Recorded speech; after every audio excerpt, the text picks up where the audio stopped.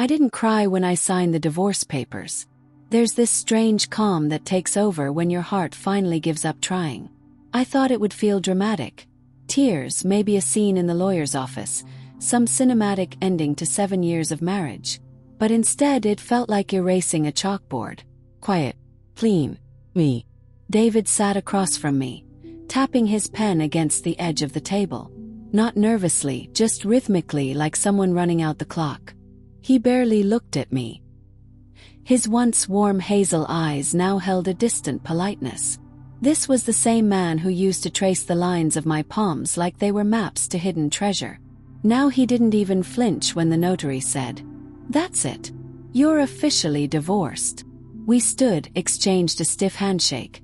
I couldn't believe that's what it had come to, and walked out onto the sunlit street like strangers. He went left. I went right. And that should have been the end of it. But 3 days later I found something that turned my world inside out. I returned to the house to gather the last of my belongings. A box of books, some old sweaters, and a few sentimental knickknacks David said he'd leave in the front hallway for me. The place felt hollow. It always had this subtle scent of cedar and fresh laundry, but now it smelled cold, ill, like no one lived there anymore, even though David still did. The lights were off, but sunlight poured in through the blinds, casting pale bars across the floor. My box was right where he said it would be. I bent to pick it up when something on the hallway table caught my eye. It sat alone, atop a folded piece of paper with a red leather tag attached. The tag read, B14. Curiosity tickled the back of my neck. I unfolded the paper beneath it. There was no note, no explanation, just an old receipt from a storage facility on the edge of town. The receipt was dated over a year ago. I had never seen it before. I hesitated. I should have left. I should have just taken my box and walked out. But my hand reached for the key. Something inside me whispered, David never forgot things. If he left this here, it wasn't by accident. The storage facility was one of those run-down, low-security lots you see in crime documentaries. Chain-link fences, rusted locks, and a blinking neon open sign hanging crooked in the window. A sleepy-looking manager handed me a clipboard. He didn't ask questions, just grunted when I gave him the key and motioned me toward the far back. Unit B14. The door was heavier than I expected. It groaned open on protesting hinges, and the first thing I noticed was the dust. No one had been here in months, maybe longer. And then I saw them. Boxes, neatly stacked, labeled, dated. One box was labeled OPM, Fall 2017. Another, Target, J. Collingwood Phase 2. I stepped deeper inside, eyes scanning the wall. A metal shelf held rows of journals, leather-bound, aged, and organized with almost military precision. At the base of the shelf was a locked case, but next to it, wide open, sat a thick folder. Inside were photographs, dozens of them. Some were surveillance-style shots of people walking into buildings. Others were zoomed-in stills of license plates, cars parked outside hotels, even what looked like night vision captures of people sleeping through windows. None of them were me. Not yet. But they were real. And someone had been watching them. Each photo had markings. Red circles. Arrows. Some even had status. Resolved written in tidy block letters. And then, found the wall. Pinned to the inside panel of the unit was a sprawling collage. Newspaper clippings, documents with government headers, satellite images, and one thing in common. Red string. It was like a scene from a conspiracy thriller. Everything connected. Everything traced back to a central image. A photograph of David. Younger, leaner, dressed in desert camouflage. He stood beside another man whose face was blacked out entirely. Harpy. Blotched and angry. Above the photo, written in black marker, Operation Mirage. Status. Dormant. I stepped back, heart thudding. My ears buzzed with rising panic. Come here looking for closure. Instead, I'd found a portal into a life I never knew existed. David, my David, was tied to something bigger. Something dangerous. And I had no idea who he really was. That night I couldn't sleep. My thoughts spun like a roulette wheel.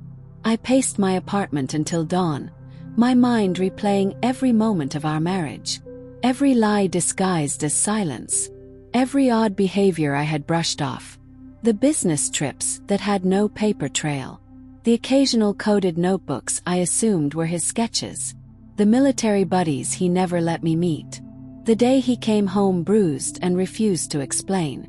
And now, Operation Mirage. I Googled the name. Nothing. Only fringe blogs and broken links.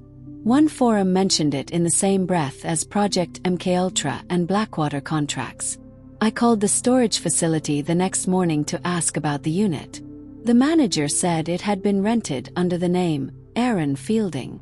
That wasn't David's name. It had never been his name. I didn't know who to tell. My sister would think I was losing it. The police.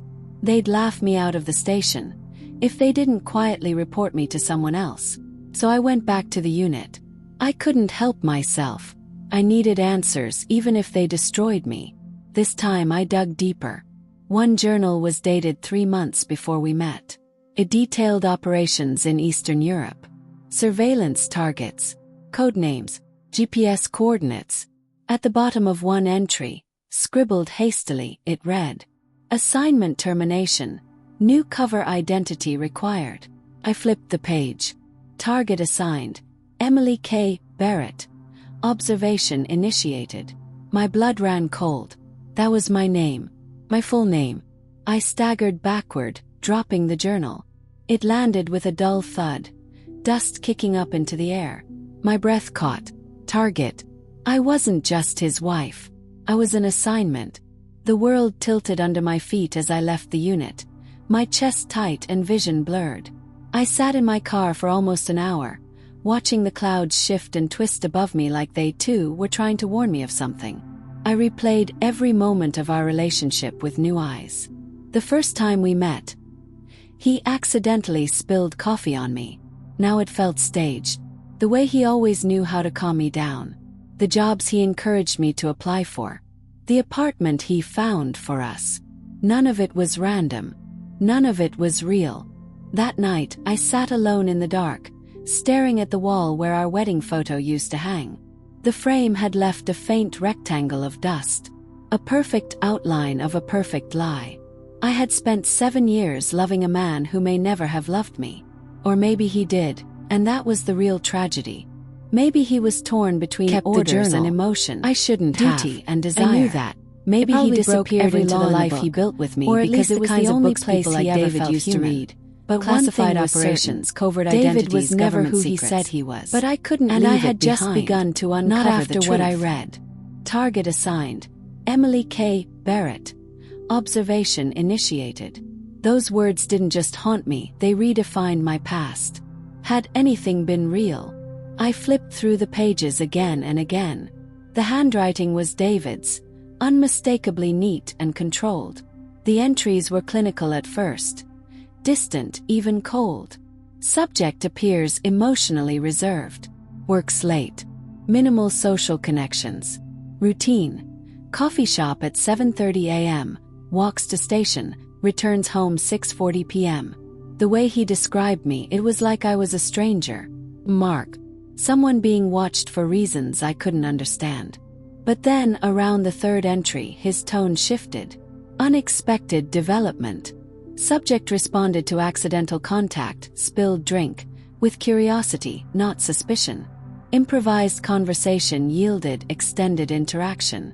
Debrief to follow. It was our first meeting. Coffee shop. The accidental spill. My stomach turned.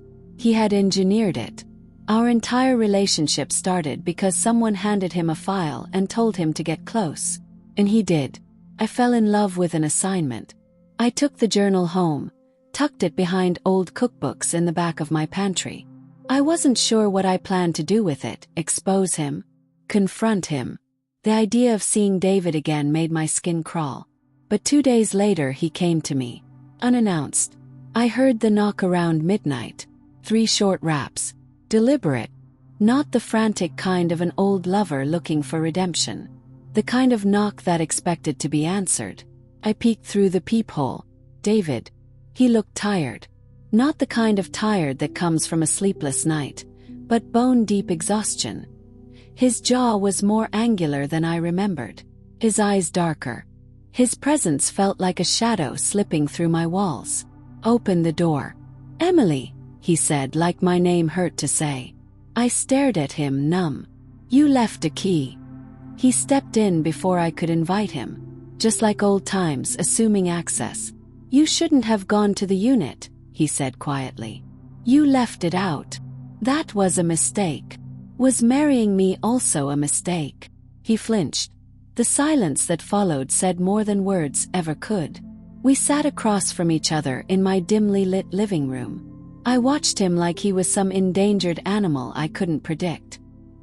He watched me like he wanted to explain but didn't know where to start. Operation Mirage, I said. He froze. I read the files. I saw the wall. I found my name. He sighed, rubbing his face like the weight of it all had finally caught up to him. It wasn't supposed to go that far, he muttered. What wasn't? You. There was pain in his voice. Regret. But also a strange kind of reverence. I didn't plan on falling for you. That wasn't part of the job. You were watching me. For what? Why? He leaned back, hesitating. They thought you might be connected to someone we were tracking. Someone who vanished in 2010. Scientist. Not dangerous on his own, but the tech he took with him was sensitive. I stared at him, mouth slightly open. You think I knew a fugitive scientist? Not knowingly. We believed he changed identities. We had leads. But they all ran cold. Then your name came up. And instead of asking me about it, you just moved into my life? He nodded once. Lowly. Shamefully. You were clean. Completely. But by the time I realized that, it was too late. I couldn't walk away. I couldn't breathe. He had used me as a doorway. And then locked himself inside. What was in the locked case? Yes. His eyes darted to mine. You opened it. No. Not yet. He didn't answer. That silence said more than a confession ever could. I got up and went to the pantry. Pulled out the journal and tossed it on the coffee table. He looked at it like it was a loaded weapon. You kept notes on me. Like I was some mission, I said, voice cracking. I had to. No, David. You chose to. He didn't deny it. Finally he stood. I shouldn't have come.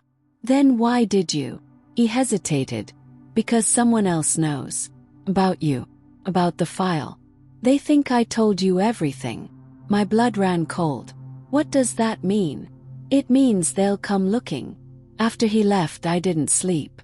Instead, I stared at the locked case I'd dragged back from the unit. I hadn't touched it before. Too afraid of what I'd find. But now fear felt irrelevant. I pried open the metal latch with a crowbar and lifted the lid. Inside were documents, unmarked, unclassified, but clearly dangerous. The first was a birth certificate, not mine. The name, Judith Evelyn Barrett, my mother. I hadn't seen that name in decades. She died when I was 10. Or that's what I'd always believed.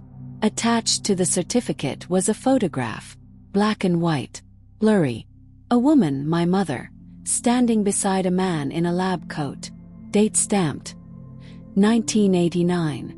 Location redacted. There were handwritten notes. Judith Barrett was not killed. She disappeared under agency protection. Last confirmed sighting, Camp Kessler. Believed to be alive under assumed identity. I dropped the paper. Alive. My mother wasn't dead. I scrambled through the rest of the files. Some were written in codes I didn't understand. Others had full dossiers on people I didn't recognize. And one contained surveillance photos from recent weeks. Photos of me, walking to work, leaving the gym, grocery shopping, sitting at my kitchen table. David didn't take these. Someone else had. And they were closer than I realized. I drove to my sister's house at dawn, hands shaking the entire way. I hadn't told her about any of it, Not the storage unit, not the photos, not David's confession. But I needed to tell someone. When I arrived, her car was gone. She often worked early shifts, but something felt off. The front door was cracked open. I stepped inside. Silence. No signs of a struggle. No signs of life either. On the kitchen table was a single manila envelope. My name written in sharp block letters on the front. I opened it with trembling fingers. Inside was a burner phone. It rang the second I touched it. Answered. "Emily," the voice on the other end said, distorted and deep. "You were never the target." I couldn't speak. "You were the insurance." Blick. The line went dead. I stumbled back, my thoughts spinning. Insurance. What did that mean? I flipped through the photos again and again, looking for clues, missing connections. And then I saw it, something I'd overlooked. In the bottom corner of one surveillance image, barely visible, was a figure. Adult. Butching. Same build as David. I sat alone in my car outside my sister's house 3 months ago, clutching the burner phone like it might David had told me he was in Houston if I just for a job tightly enough. 3 months ago, all I had were echoes. David had sent me flowers. You were never from the target. You were the insurance. David had supposedly been hundreds of miles away. Insurance against what? But the photo said who would need to use me to get to anything or anyone. Then. Files. My mother. Photos. David. Everything was tangled together like a snare I hadn't seen until it was too late. But now I saw it. And I couldn't unsee it. By nightfall I drove home, heart pounding every time a car followed behind me for too long. Kept checking my mirrors, watching for shadows. I didn't go inside right away. I parked across the street and waited. I watched my own apartment. Nothing moved. No lights flicked on. No mysterious figures. But still something was wrong. I could feel it crawling over my skin. When I finally went in, I kept the lights off and the door half open. It took less than 5 minutes for me to realize what was missing. David's journal. The lockbox. Still there. But the journal, the one thing that proved everything, was no longer wedged behind the cookbooks. I knew I hadn't moved it. No one else had a key. They'd already been here. I didn't call the police. What would I say? That my ex-husband used to work for a shadow agency, spied on me for years, and now someone was stealing classified information about my dead but maybe not dead mother? I couldn't afford to bring law enforcement into this. Not until I knew the truth. And somehow, I knew exactly where to look next. My father's house.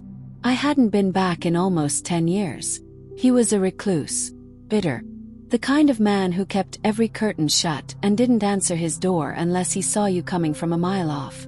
He and my mother were complicated. I grew up never understanding why she disappeared. I was told car crash. But I remember the hushed tones, the whispers that never made sense. Now they screamed at me. I drove 6 hours to the old property in Vermont, an ancient cottage built before the 1900s, swallowed by trees. I arrived around 3 a.m., headlights cutting through mist and memory. He opened the door before I even knocked. "Emily," he said, blinking at me like I was a ghost. "I need to ask you something," I said. His expression didn't change. "I know why you're here." He made tea like it was just another visit. Didn't even flinch when I dropped the bombshell. "Is Mom alive?" He stirred honey into the mug slowly, deliberately. "I don't know," he said. "But I think so." And then he sat across from me and told me everything. In 1987, my mother worked as a systems linguist on a covert government research team, Project Marlin. Supposedly focused on early AI, but really, it was about identity reconstruction, creating new people, new digital lives, identities that couldn't be traced. She discovered something, a flaw in the architecture, something that could be exploited. And when she tried to blow the whistle, she vanished.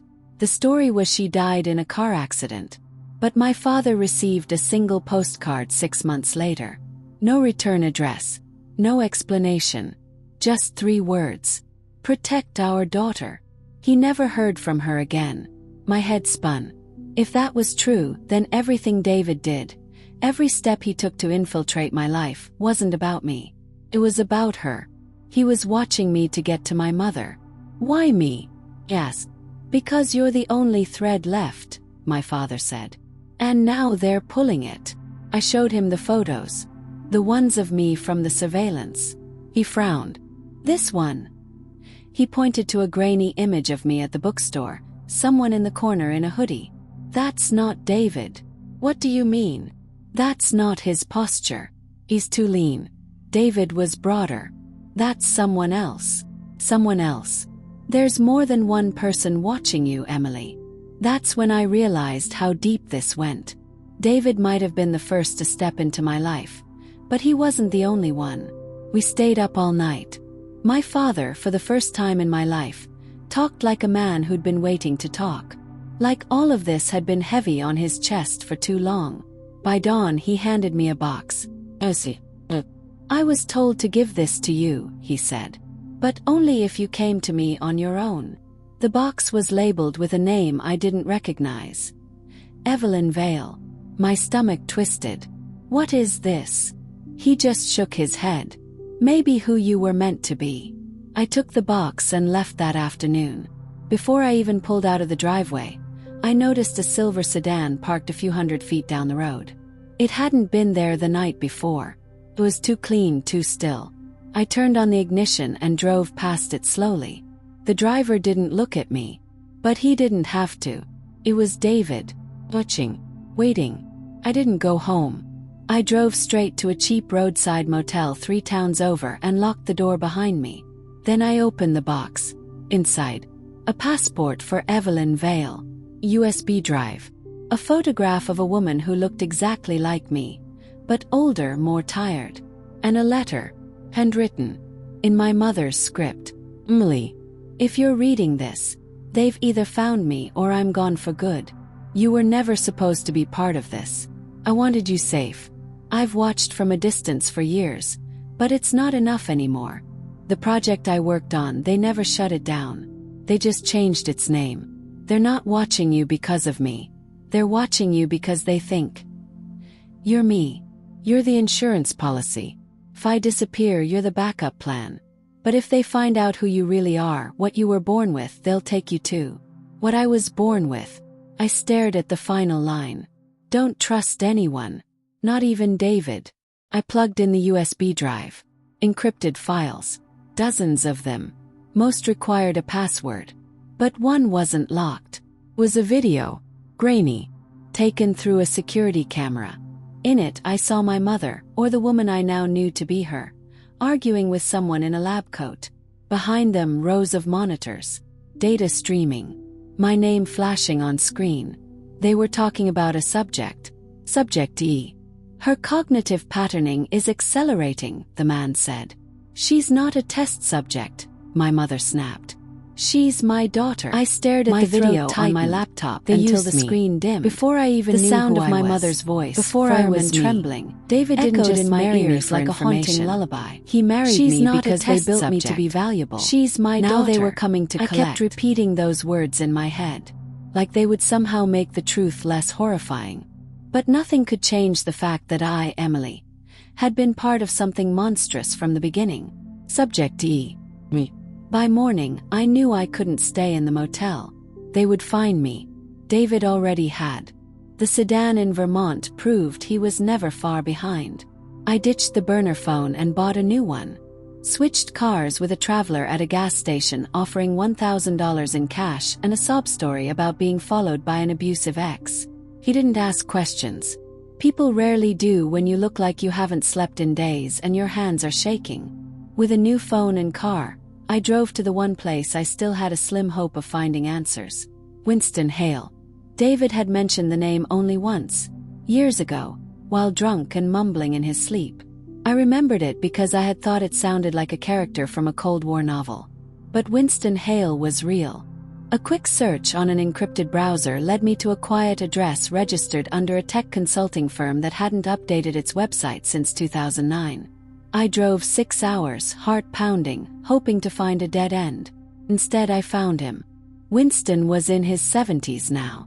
White hair like snow, a crooked spine, and eyes that had seen too much. He lived in a decaying brick house surrounded by thick pine trees and iron fences, like a hermit trying to hold back the past. I barely had to say my name before he let me in. "I knew this day would come," he muttered, closing the door behind us. "You look just like her. My mother." He nodded slowly. "You were never supposed to find me. But if you're here, things have gone too far." We sat in his cluttered study, where old surveillance photos, printed code sheets, and yellowing files were stacked in towering piles. He pulled one binder from a locked cabinet. Inside were documents stamped with the same insignia from the journal David kept, the triangle with the line through it. "The Shadow Directive.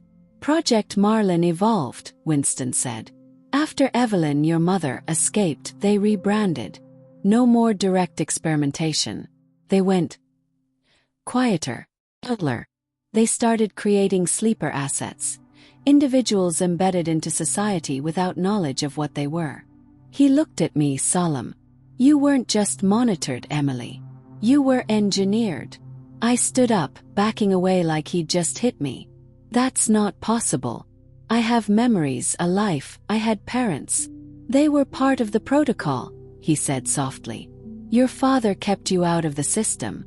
That's why you were safe for a while. But David was sent to bring you in. They needed you when Evelyn stopped responding. What do they want me for?" I asked, my voice cracking. Winston hesitated. "There's something in your mind, an encoded layer of data, possibly genetic. Your mother embedded it during your early development. I don't know what it is, but they believe it holds access to something she stole." He paused. "Something that could ruin them." The room was spinning. I dropped to the chair again, gripping the edge of the desk. "All this time," I whispered, "I thought David just fell out of love with me. I thought the lies were personal." Winston handed me another file. This one had photos of David across various countries. Different names, passports, identities. In one photo, he stood beside a woman who looked disturbingly like me. "She was Subject D," Winston explained. "Yuri, the fifth attempt. The only one who made it past the age of 10 without degradation." Felt sick. "They're using me as leverage," I muttered. "They think if they can control me, my mother will come out of hiding." Winston nodded. "But it may be worse. They may think she programmed you with a key they can't crack."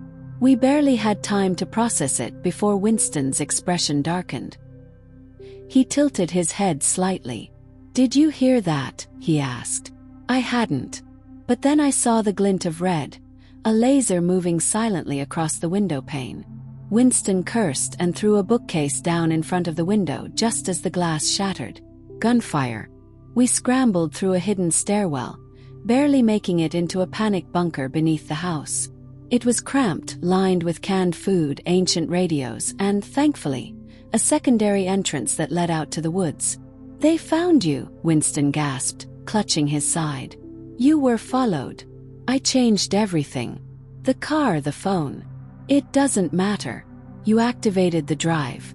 They must have piggybacked the signal." He pressed a small device into my hand. "This is a quantum key," he said. "It's a failsafe. Your mother created it to overwrite everything the directive built. But it only works if you can get into their central archive." "Where is it?" He shook his head. "They move it constantly. But the original site, Eden Spire, is still functional. It's buried beneath the Atlantic compound in Maine. That's where your mother vanished. That's where you need to go." Winston didn't make it. As we split at the tree line, he doubled back to create a diversion. Ran. Gunfire echoed behind me until it didn't. Then only silence. Kept going. I didn't stop. I drove all night. Through rain. Through memory. Through a rising panic that clawed at my chest. Subject E. My whole life had been orchestrated. And yet, here I was breaking free of the script. David might have started this story. But I was going to end it. By dawn, I stood at the edge of a forgotten coastline in Maine, staring at a derelict research facility half swallowed by the ocean. Waves crashed against concrete walls. The wind howled against the rusting walls of the Eden Spire compound. This was where it started. And the scent of salt water mixed with mold filled the air. Inside that place crawled up the outer frame about my mother, and the ocean gnawed at the foundation like it was trying to reclaim never wanted the world to know. Deep beneath. This was the place where my mother disappeared. The place David had always steered me away from. And now, the only place that held the truth. I gripped the quantum key Winston had given me before he died. It was barely larger than a coin, with circuits etched like veins through crystal.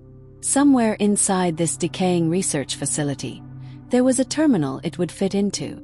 One shot to uncover everything the Shadow Directive had built around me. I took a breath and stepped inside. The corridors were submerged in silence, except for the occasional groan of collapsing metal. My flashlight flickered over peeling walls and shattered glass. Old security cameras followed my every move, some with power, some long dead. A rusted sign read, Sublevel 3. Archives and deep storage. I moved fast. Every second I lingered was a second closer to being found. Then I heard a voice. A female. Familiar. Emily. Froze. It wasn't in the room. It was inside my earpiece. The one I hadn't used in weeks. If you found the spire, you're close.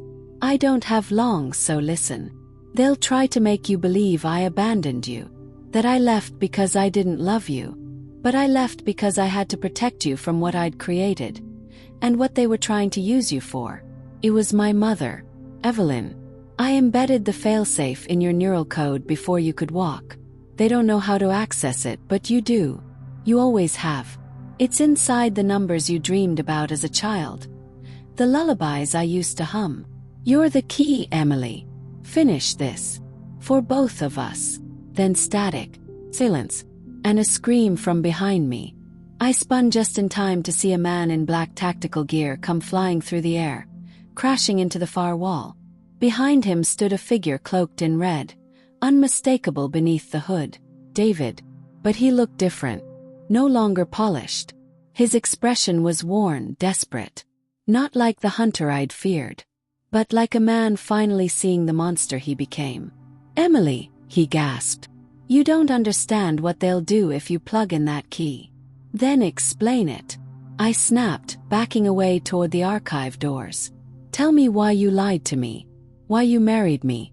Why you destroyed everything I was. He lowered his weapon. For once, his voice didn't sound rehearsed. They told me you were unstable, that you had inherited something dangerous. They said I had to control you, or terminate you. He hesitated. But I fell in love with you, Emily.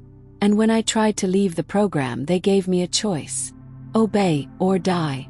My heart pounded like thunder. And the divorce, the coldness, the cheating.